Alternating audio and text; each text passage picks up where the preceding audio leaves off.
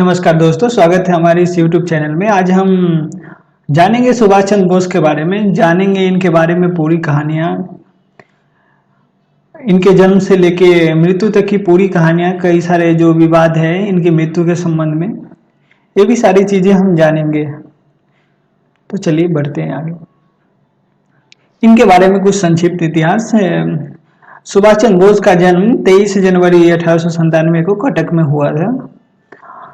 सुभाष चंद्र बोस नेताजी 2 बार Indian national Congress, जो कांग्रेस का पूरा नाम है इंडियन नेशनल कांग्रेस के 2 बार अध्यक्ष चुने गए, 1938 और 1939 में। इन्होंने 1939 में कांग्रेस के अंदर ही ऑल इंडिया फॉरवर्ड ब्लॉक की स्थापना की। जानेंगे इनके बारे में कि कैसे ये जर्मनी पहुंचे, इन्होंने कैसे अंग्रेजों के जो नज़रबंदी है, नज़रबंदी से भाग के कैसे काबुल पहुंचे, और बाद में इन्होंने आईएनए की स्थापना रास बिहारी बोस की सहायता से की। सबसे अंत में हम जानेंगे कि सुभाष चंद्र बोस का जो मृत्यु के बारे में जो सबसे विवादास्पद कहानी है कि कैसे इनकी मृत्यु हुई।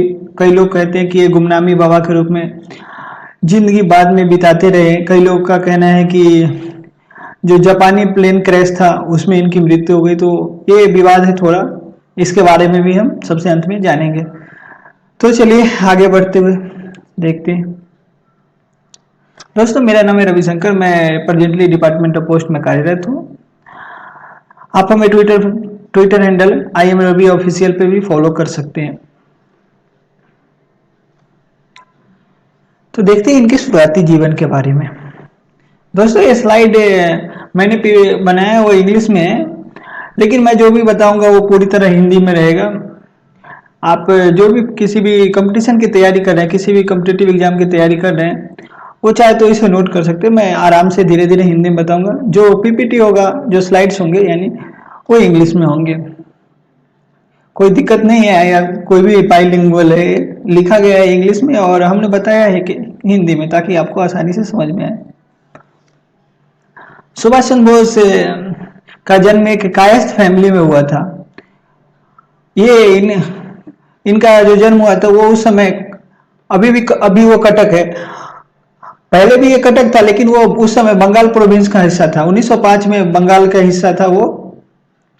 ये टोटल 14 भाई बहन थे, जिसमें 14 भाई बहन में ये 8 भाई और 6 बहन थे। ये इसमें 9th नंबर पे थे।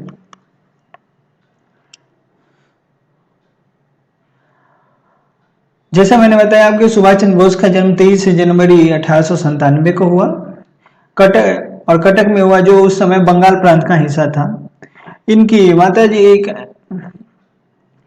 माताजी का नाम प्रभावती दत्त बोस था और इनके पिताजी का नाम जानकीनाथ बोस था। ये जो है एक जानकीनाथ बोस एक एडवोकेट थे और अच्छे खासे जाने माने उस समय के एडवोकेट थे। इन्होंने अपनी प्रारंभिक शिक्षा जो है वो यूरोपियन स्कूल से शुरुआत की। बाद में बापिस्ट मिशन स्कूल भी गए, जैसा मैंने स्लाइड में लिखा भी है, 1909 में। इसके बाद इन्होंने दूसरा पोजीशन प्राप्त करके मैट्रिकुलेशन भी 1913 में पास किया। एक्चुअली ये दूसरा पोजीशन इसलिए आया क्योंकि इनकी तबीयत खराब हो गई थी उस समय। तो ये तबीयत खराब होने के कारण इनका दूसरा उस समय पोजीशन आया। बाद में इन्होंने स्कॉटिश चर्च कॉलेज, जो कलकत्ता यूनिवर्सिटी का भाग था, और यानी एक इन्होंने कलकत्ता यूनिवर्सिटी से BA की डिग्री ली फिलोसफी में। इन्होंने फिलोसफी से BA किया 1918 में। BA करने के बाद यानी ग्रेजुएशन करने के बाद इन्होंने सिविल सर्विसेज की तैयारी करने की सोचा इन्होंने। उस समय का सिविल सर्विसेज का नाम था ICS, इंपीरियल सिविल सर्विसेज। तैयारी करने के लिए ये 15 सितंबर 1919 को भारत से निकले और 20 अक्टूबर 1919 को लंदन पहुंचे। बोस ने ICS की एग्जाम के लिए जो था वो एप्लीकेशन दिया और ये सिलेक्शन हो गया इनका, और इनको 4th रैंक मिली। एक्चुअली था क्या, ये जब ये पढ़ाई कर रहे थे तो ये विवेकानंद के विचारों से काफी प्रभावित थे और विवेकानंद के बारे में काफी पढ़ते रहते थे, तो इनसे विचारों से काफी प्रभावित थे।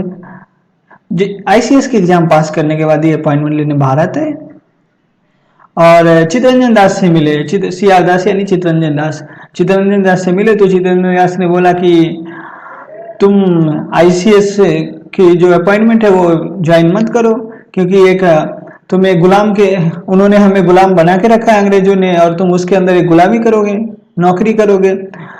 तो इन्होंने बोला कि तुम पहले गांधी जी से मिलो, तो गांधी जी से 2-4 बार मिले सुभाष चंद्र बोस, और सुभाष चंद्र बोस ने उसके बाद 23 अप्रैल 1921 को सिविल जॉब से इस्तीफा दे दिया, रिजाइन कर दिया। अब देखेंगे रिजाइन करने के बाद की कहानियां, कैसे ये इंडियन नेशनल कांग्रेस में शामिल हुए और बीच में इनकी कुछ जो यूरोप विजिट्स हैं, जो ये यूरोप में कैसे ही इनकी शादी हुई, वो सब भी हम जानेंगे। 1921 से लेके 1940 तक की कहानियां। इन्होंने जब ये रिजाइन किया तो उसके बाद एक न्यूज़पेपर स्वराज शुरू किया और इन्होंने खुद ही उसकी पब्लिसिटी का, बंगाल में पब्लिसिटी का चार्ज ले लिया। इसके बाद क्या हुआ कि प्रिंस ऑफ वेल्स का इंडिया विजिट था, तो प्रिंस ऑफ वेल्स के शाही दौरे का विरोध करने के कारण सुभाष बाबू को 10 दिसंबर 1921 को गिरफ्तार कर लिया गया। और यहाँ पे उनको 10 दिसंबर को जब गिरफ्तार किया गया तो ये इन्होंने सिंपली विरोध किया था, तो 10 दिसंबर से 15 दिसंबर तक रहे जेल में, टोटल 5 डेज रहे। 5 डेज जेल में रहने के बाद छूट गए। और कई सारे एग्जाम में क्वेश्चन पूछा जाते हैं कि सुभाष बाबू को कितनी बार टोटल जेल हुई, तो मैं बता दूं कि आपको टोटल 11 बार जेल हुई है इनको, सुभाष बाबू को टोटल 11 टाइम्स।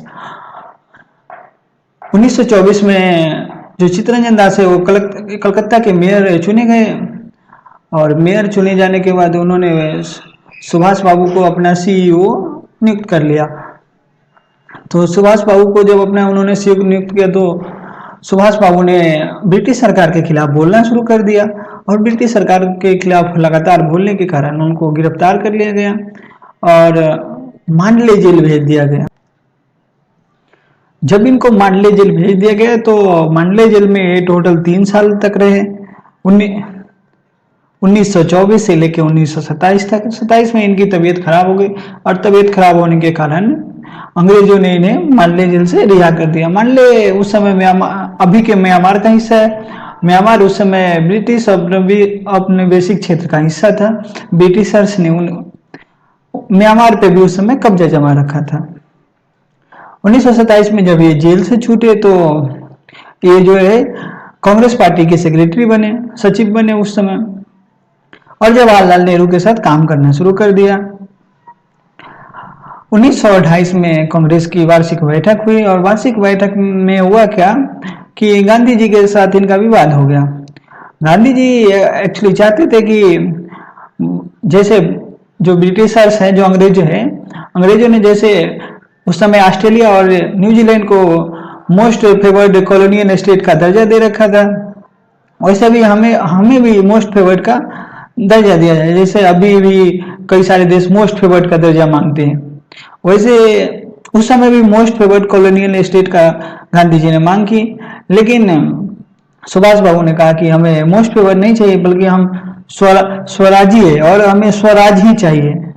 हमें अब ये बहुत दिन से हम लड़ाई लड़ रहे हैं और ये मोस्ट फेवर्ड लेने से कुछ नहीं होगा। और इसके कंट्रडिक्शन में जो टोटल जो उसमें वोटिंग होने लगी, वोटिंग में क्या हुआ, लगभग 1350 वोट पड़े गांधी जी के पक्ष में और लगभग 935 वोट पड़े सुभाष बाबू के पक्ष में। और ये 935 वोट में एक वोट जवाहरलाल नेहरू का भी था, जो उस समय नेहरू जो उस समय गांधी जी के पूरे पक्षधर माने जाते थे। तो आप समझ सकते हैं कि सुभाष बाबू उस समय कितना पॉपुलर थे। और ये जो है ये पहला इनके गांधी और सुभाष के बीच में पहला कॉन्फ्लिक्ट था। इससे पहले दोनों के बीच में कभी विवाद नहीं हुआ था।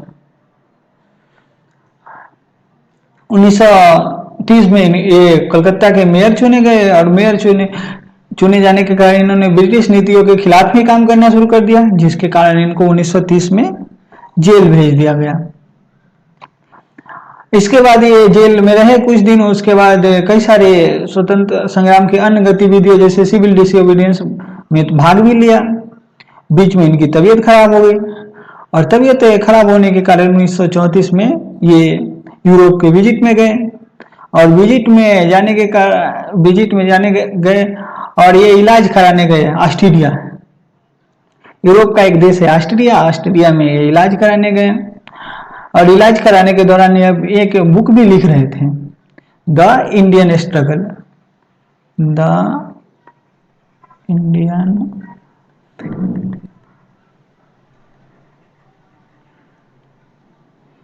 इंडियन स्ट्रगल एक बुक भी लिख रहे थे।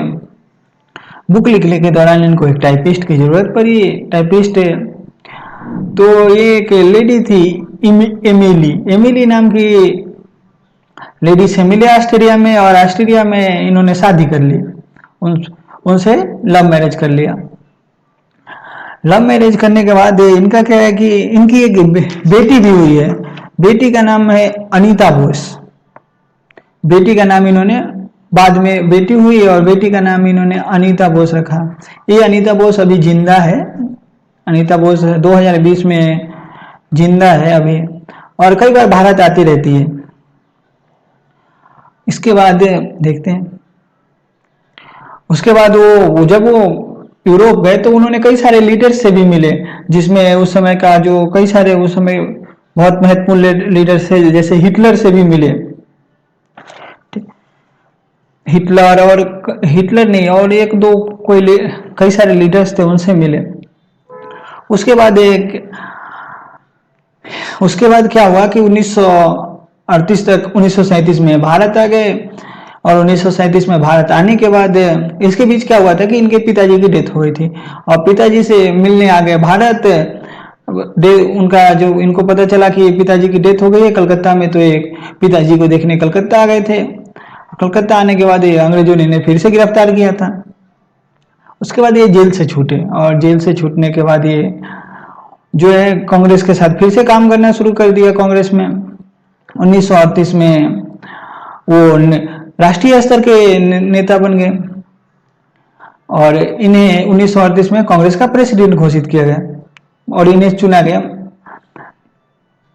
ये 1939 में जो थे इनकी तबीयत खराब थी, और इन्होंने जो कांग्रेस का जो वार्षिक मीटिंग था, वार्षिक अधिवेशन था, उसमें स्ट्रेचर पे लेट के भाग लिया, इतनी तबीयत खराब थी उनको। क्या है कि 1939 में क्या हुआ कि ये जो 1937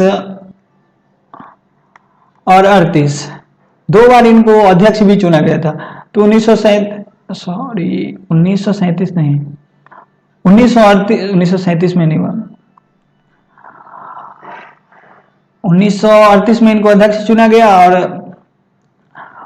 1938 के बाद 1939 में भी इनको ये जब स्ट्रेचर पे, जैसे मैंने बताया कि इन्होंने स्ट्रेचर पे बैठ सो के भाग लिया कांग्रेस के अधिवेशन में, यहाँ पे इनको अध्यक्ष चुना गया। और अध्यक्ष चुने उस समय क्या थे कि गांधी जी के जो उनके पसंदीदा कैंडिडेट थे पट्टाभी सीतारामैया, तो पट्टाभी सीतारामैया के गांधी जी के कैंडिडेट थे। और इसके बाद भी जो सुभाष बाबू को इनको अध्यक्ष चुना गया, तो गांधी जी ने बोला कि पट्टाभी सीतारामैया की हार मेरी हार है, तो इससे सुभाष बाबू ने बोला कि ऐसा आप गांधी जी ऐसा बोल रहे हैं, तो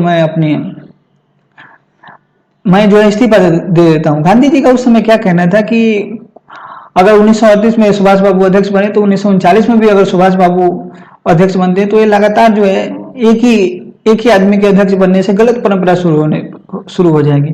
तो इसके कारण गांधी जी का विरोध था कि किसी और को बनाया जाए। और ये यहाँ पे कॉन्फ्लिक्ट होने के बाद जो था 1939 में, जैसे इन्होंने गांधी जी के कारण इन्होंने इस्तीफा दे दिया। इस्तीफा देने के बाद इन्होंने ऑल इंडिया फॉरवर्ड ब्लॉक की स्थापना की। ऑल इंडिया फॉरवर्ड ब्लॉक की 1939 में स्थापना कर दी इन्होंने।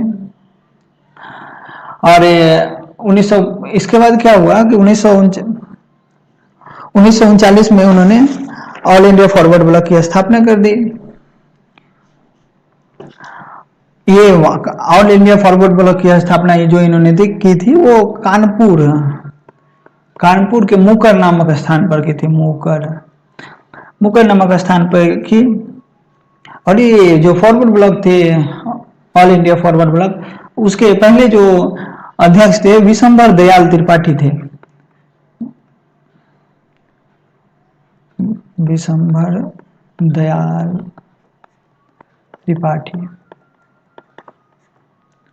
दयाल त्रिपाठी जो थे इसके अध्यक्ष थे। और पहले जो इसके राष्ट्रीय सलाहकार थे वो स्वामी सहजानंद थे। ये थे प्रेसिडेंट। और जो थे स्वामी सहजानंद इसके जो थे वो राष्ट्रीय सलाहकार थे। इसके बाद इन्होंने देखा कि बहुत ज्यादा भारत में दिक्कतें हो रही है और अंग्रेज भारत को रिलीज भी नहीं करना चाह रहे हैं। इसके बाद इन्होंने चीन के जो शासक थे एक चांग काई शेक से इन्होंने जो था एसाइलम मांगा। एसाइलम मतलब राजनीतिक शरण मांगा, लेकिन उसने मना कर दिया। इसके बाद इन्होंने क्या किया कि 1940 में जो थे फॉरवर्ड ब्लॉक के उसमें महामंत्री थे शंकर दयाल को एक नकली पासपोर्ट बनवाया। नकली पासपोर्ट पे इनको जापान भेज दिया। और वहां पे शंकर दयाल गए और इन्होंने जापान से बात की। जापान से बात करने के बाद उस समय क्या था कि विश्व युद्ध चल रहा था, तो जापान को तो सहायता की जरूरत ही थी। और जापान के विरुद्ध ये ब्रिटेन था, तो जापान ने इन्हें पॉजिटिव रिस्पांस दिया। और पॉजिटिव रिस्पांस दिया। इसके बाद क्या हुआ कि 1 जुलाई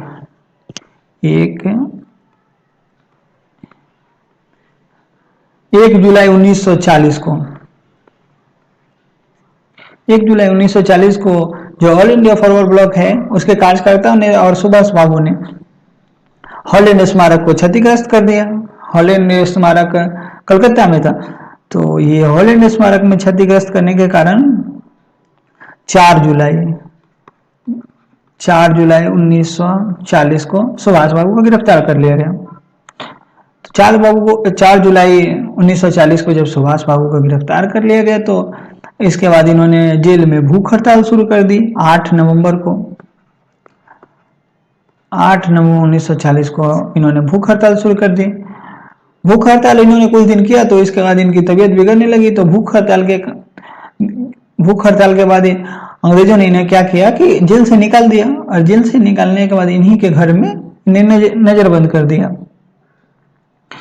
इन्हें जो है वो 17 दिसंबर 1940 को जेल से निकाल के नजरबंद कर दिया। नजरबंद करने के बाद ये घर में ही रहते थे। इसी बीच जो शंकर दयाल थे वो यूएसएसआर भी गए और जापान भी गए। वहां से उन्होंने जापान और यूएसएसआर मतलब वर्तमान में United states of Soviet Russia, मतलब जो अभी रूस है। कुछ पार्ट तो अलग हो गए हैं यूएसएसआर के, तो बचा केवल रूस ही है। तो यूएसएसआर उस समय के से संधि करके जो है भारत पहुंचे। और सुभाष बाबू के भाई जो थे शरत चंद्र, सुभाष बाबू टोटल 3 भाई थे। सुभाष बाबू 8 भाई थे, उसमें थे एक शरत चंद को इस बारे में सूचित किया कि यूएसएसआर और जापान मान गए हैं, सुभाष बाबू को निकलने को बोलिए नजरबंदी से। तो इसके बाद ये क्या हुआ कि इन लोगों ने प्लान बनाया कि कैसे निकला जाए। तो